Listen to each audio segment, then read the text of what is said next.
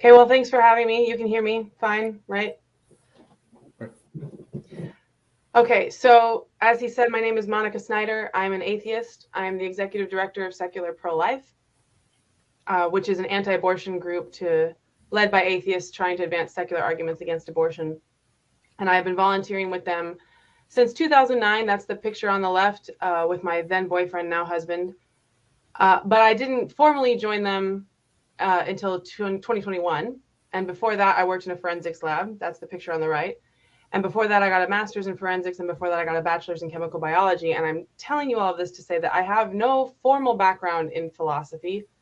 And so I did try to study before this to make it a useful conversation. It's kind of new to my wheelhouse. Brevity is not one of my talents. So I will try to get everything I want to say in without taking forever. And with that, I'm just going to start. So the first premise of my position, and if we didn't say already, we were talking about whether abortion is immoral or not. And I'm going to take the position that abortion, generally speaking, is immoral. The first part of my position is that the human zygote is a human organism in the early developmental stages of our life cycle. And it's my understanding that Dustin already grants this. I'm not going to belabor the point, except for to say that fertilization is a paradigm shift and a clear demarcation in terms of development. And by that, I mean, when we look at a human life cycle in terms of biology, you start with fertilization until such a time that the organism dies. And this is widely understood and not considered particularly controversial from the biological standpoint. I'm not looking at our development and trying to pick a point that will justify me opposing abortion. I'm looking at our development as I have understood it through my education, and that's part of the factor that influences my position on abortion. So with fertilization, you have gametes undergoing meiosis, and then it switches to a zygote doing mitosis. It's self-directed coordinated growth. It's a completely bright line. And so the images I picked were an embryology textbook from 1977, and I picked that to show this is not new information, although we've known about zygotes since like the late 1800s. The image in the center I screen capped yesterday from Encyclopedia Britannica, and the photo on the right is from the Chicago Museum of Science and Industry, and they all basically say, biologically, we begin as a single cell. And outside of the abortion debate, science communicators talk about this regularly without caveat or clarification. It's well known. You don't need to read all of these. I'm just showing a bunch of other citations of other embryology and biology textbooks that say the same thing, that the mammalian life cycle, the human life cycle, begins with the zygote or fertilization or conception. And really, this isn't the half of it. You won't find an embryology textbook that says the human life cycle begins at any other point. But that's, of course, not really the interesting part. I think many thoughtful pro-choice people will readily accept that the zygote, the embryo, and the fetus are human organisms at different stages of the life cycle. The question isn't about human organisms, or it's not the only question. The question is about personhood. And by that, I mean broadly, when humans merit enough moral consideration to also merit some protection, or in the context of this conversation, to merit enough protection to not be killed for any reason.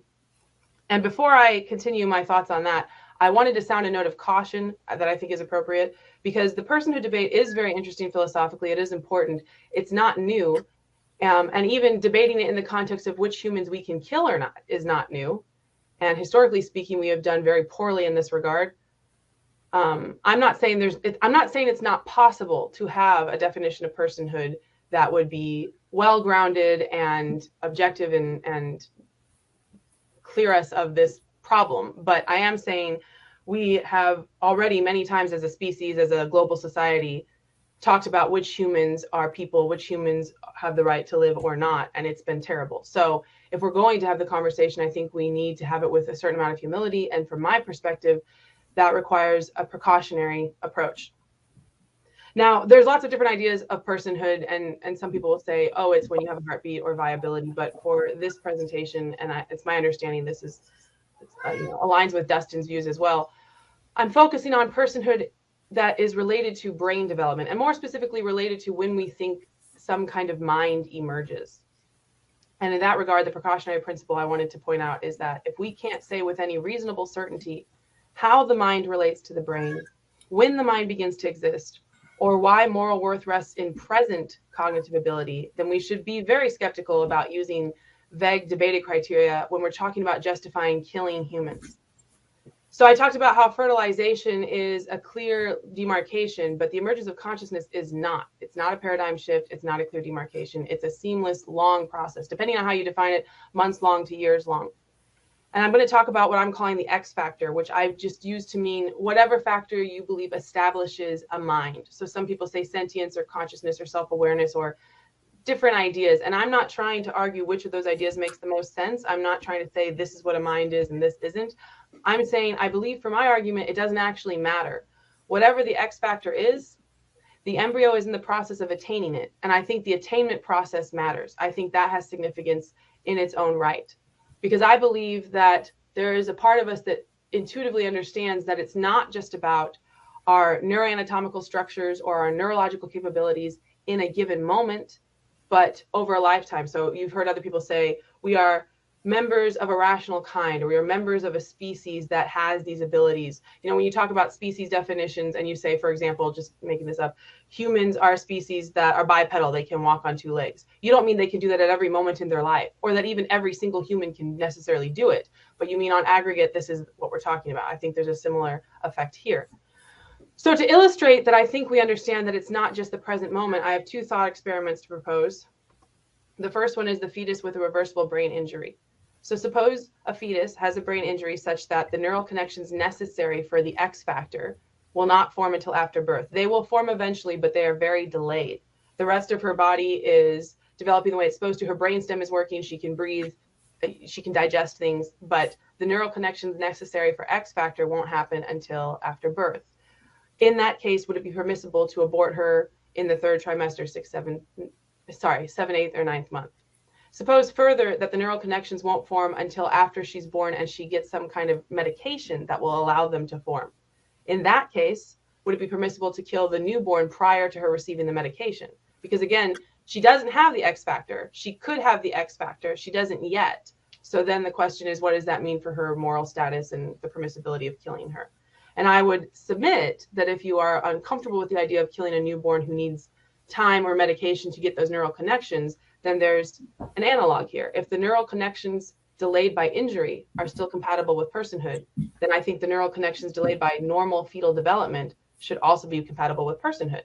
Because in either case, all her brain needs is time, or in one of the hypotheticals, medication. But I think you get my point. The second thought experiment I had is premature infants in the NICU. And this is a little bit less thought experiment and a little bit more real world in some ways, because there are definitely neuroscientists that believe the X factor is not possible before 29 weeks, because they believe that no sentience or certainly consciousness or any of that is possible before there are thalamocortical connections, meaning the thalamus is like the router to the brain and it's sending signals to the cerebral cortex to give it relevant information. And until those connections have formed, there are some neuroscientists that believe you're not going to have any kind of mental life. And those connections don't form until 29 weeks. If they are correct, then suppose a NICU is occupied by premature infants ranging from 23 to 27 weeks gestation. Is it permissible to kill those infants? Or if you don't want to get into the killing versus letting die, suppose that those infants are thriving with typical NICU intervention. Is it permissible to cease those interventions and let them die?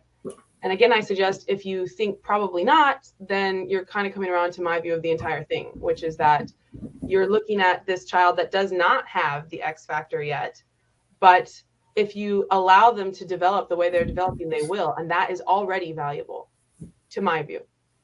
Now, there's another thing I want to talk about, and I'll try not to belabor the point, but we're asking if abortion is immoral. And I agree that the core of the issue is fetal personhood.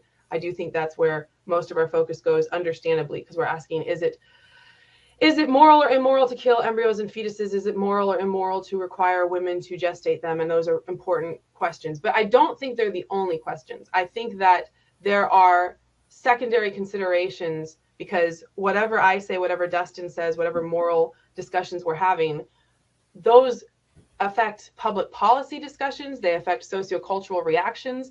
And even if he and I have very nuanced, specific ideas of how, if we were in charge of everything, we would make this work, we're not in control of how everyone hears us. We're not in control of other ideas they have. We're just a cog in the wheel. And so I think we see this very easily with anti-abortion legislation. There's tons of discussion, rightly so, about what kind of secondary effects it could have. Even if you granted that killing embryos is killing valuable children, you could still have a big problem with laws that prevent women from receiving life-saving medical care, or laws that prevent women from receiving medications unrelated to abortion, like they're not even pregnant, but maybe they need them for something else, but they could be abortifacient and now it's an issue, right? There's lots of examples like that. However, I think there is an analog on the pro-choice side that doesn't get talked about as much, and I don't have time to go through all of them, so I'm just going to try to quickly go through a couple of examples. First of all, when you destigmatize abortion, and I suggest arguing that embryos and early fetuses are not people and don't have that kind of moral worth is part of destigmatizing abortion, you increase the cultural pressure for women to abort.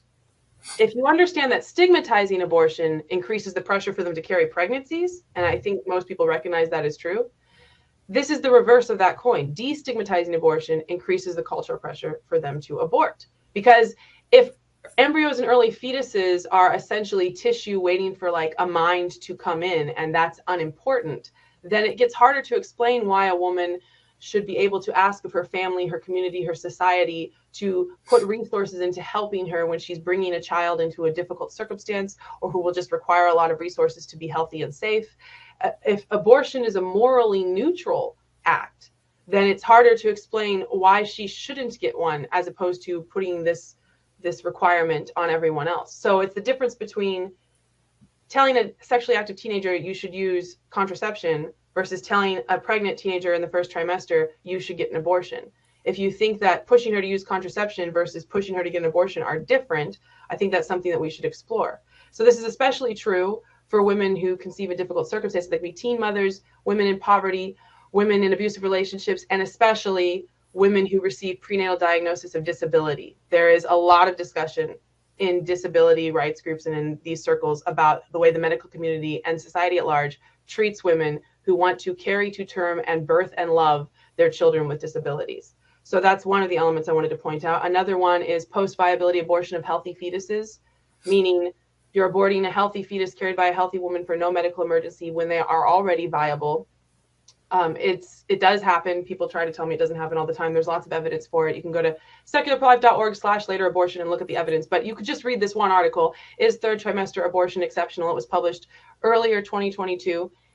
And Katrina Kimport, who is an abortion rights advocate, talks about how, yes, women seek post-viability abortions because of severe fetal anomaly or because of health reasons. But they also seek them for healthy fetuses because they couldn't get the resources together to get an abortion earlier, they didn't have the time or the money or the transportation, or because they did not know they were pregnant until after that point. People think this is strange, but it's actually not as uncommon as people think. It depends on the contraception you're using, all these different things. And so she argues more than once in the paper that we should have no gestational limits on abortion because there will always be some women who don't know they're pregnant until after their fetuses are viable. And if you take the neuroscientific view that there's no X factor before 29 weeks and viability is circa 24 weeks, then it's hard to say why she would be wrong. And maybe you don't think she's wrong. I have a problem with it, but I'm just saying that's a outcropping of what we're talking about. And the last one is, well, it's not the last one, it's the last one I'm talking about, is the problem with avoiding stigmatizing abortion to such a degree that it becomes dangerous in other ways. Now, to be clear, I should have said this in the beginning, I don't think Dustin supports any of these things. That is absolutely not my point. Just like there's lots of effects of anti-abortion laws that I might not support and might want to try to work around or fix. That's not my point. My point is that these are real world effects of the different things we're debating, and they have their own moral components as well. So if you haven't already, I challenge you to read the grand jury report for Kermit Gosnell is not for the faint of heart. They believe that he induced live birth of hundreds of infants and then snipped their spinal cords, and in addition to causing the deaths of several women. And that's it, not even my point here. My point is in the grand jury report, they have an entire section about how the Pennsylvania Department of Health, the Pennsylvania Department of State, the Philadelphia Department of Health, specific doctors, there was tons of evidence, there were complaints, there was plenty of reason to investigate him, and they specifically did not. And even when law enforcement started to investigate him, the departments tried not to give them information about it. And you could speculate as to why. It's speculative.